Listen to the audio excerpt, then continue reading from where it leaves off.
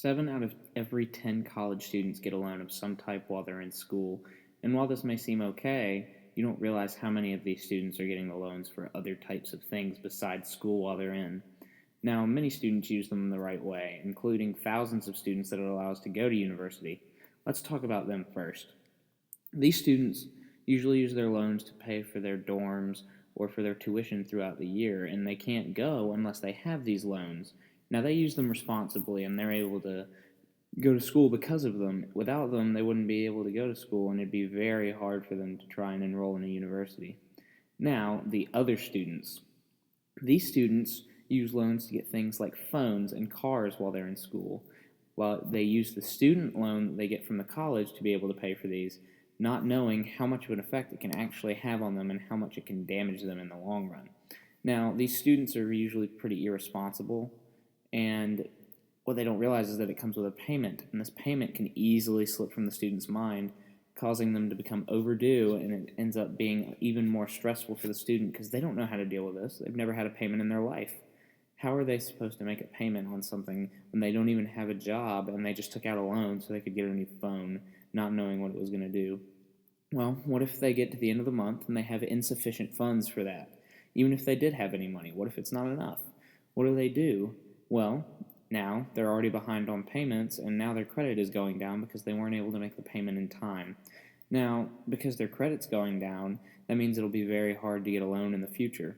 Say in the future they try to get a loan for a house. Well, they have the potential of getting denied because their credit will be lower from not being able to make the payments early on in their life because of that new car they wanted or a new phone. Now, being denied a loan is a very big deal because it means that they won't be able to get a house potentially because of the hole they've already dug themselves in, but at least they got a new truck out of it.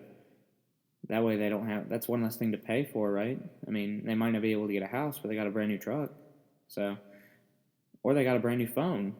Now that I think of it, that's even better. Now they don't have to worry about upgrading for a while. But what most of these students don't realize is how long on average it usually takes these students to pay these off. Based from the National Students Advisory Board, it says that it usually takes about 21 years for students to pay off their student loans from their bachelor's degrees. That is crazy. That is such a huge number. Now, many of these students, when they get these loans, they don't have any credit, so they don't have anything to build off of. They just get a loan and they try to pay it off, but once they start missing these payments, their credit just continues to plummet and go down. And while this is going down, it makes it very hard to be able to pay for anything and to be able to get any other loans of some type. And when they're not able to get any loans, it just makes it harder and harder to live because you need loans sometimes to get through and be able to pay for things like a down payment on a car or a down payment on a house. But now you won't be able to do it just because you got that student loan that you did not need. Now, these numbers have steadily risen ever since 2008. In 2004, the average debt of college graduates in 2004 was $18,000. Today in 2014, it is $40,000. That is such a huge rise in just 10 years, almost $26,000 in debt. Now, it's also risen the amount of people that go to college.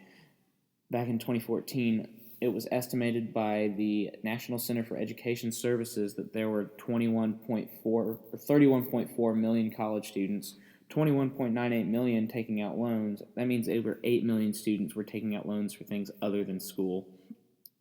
And now while these numbers are rising, it's good because more students are going to university, but at the same time, this also means that more students are taking out loans for things that they don't need. And this just means that students are just putting themselves in debt for no reason. There's no reason for them to be taking out these loans, even though they think it's a great idea. Now, what I propose is that we use FAFSA. We use this to see what type of income the student's parents have and what type of who's actually paying for the college. Like if the parents are paying for the college, it won't allow that student to take out a loan because they don't need it. And it'll actually save a lot of time and money. Now, it'll also be good for the students who actually need the loans because then they will be able to get more money possibly out of the FAFSA forms and be able to use that instead of loans or potentially get a smaller loan. That way they are less in debt, and it will allow them an easier chance throughout college of being able to go through without worrying about debt the whole time. Now, these students, this is their only way. So if they're not able to get all the money they can from these student loans, how are they going to make it through?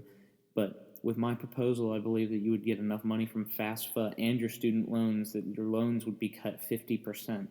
You wouldn't have to worry as much about the money, while you would still have some taken out.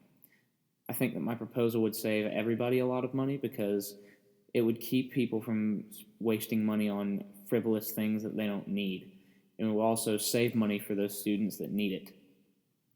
And it's just a better idea in general because it keeps the students from getting things that they don't need. I hope that I've taught everybody something today, and I hope that I taught you something that you might not have known before. I was very surprised by the statistics when I saw them because I thought, how could anybody get a student loan and put themselves in debt just so they could get a brand new phone or car? But the amount of people that actually do it is quite shocking.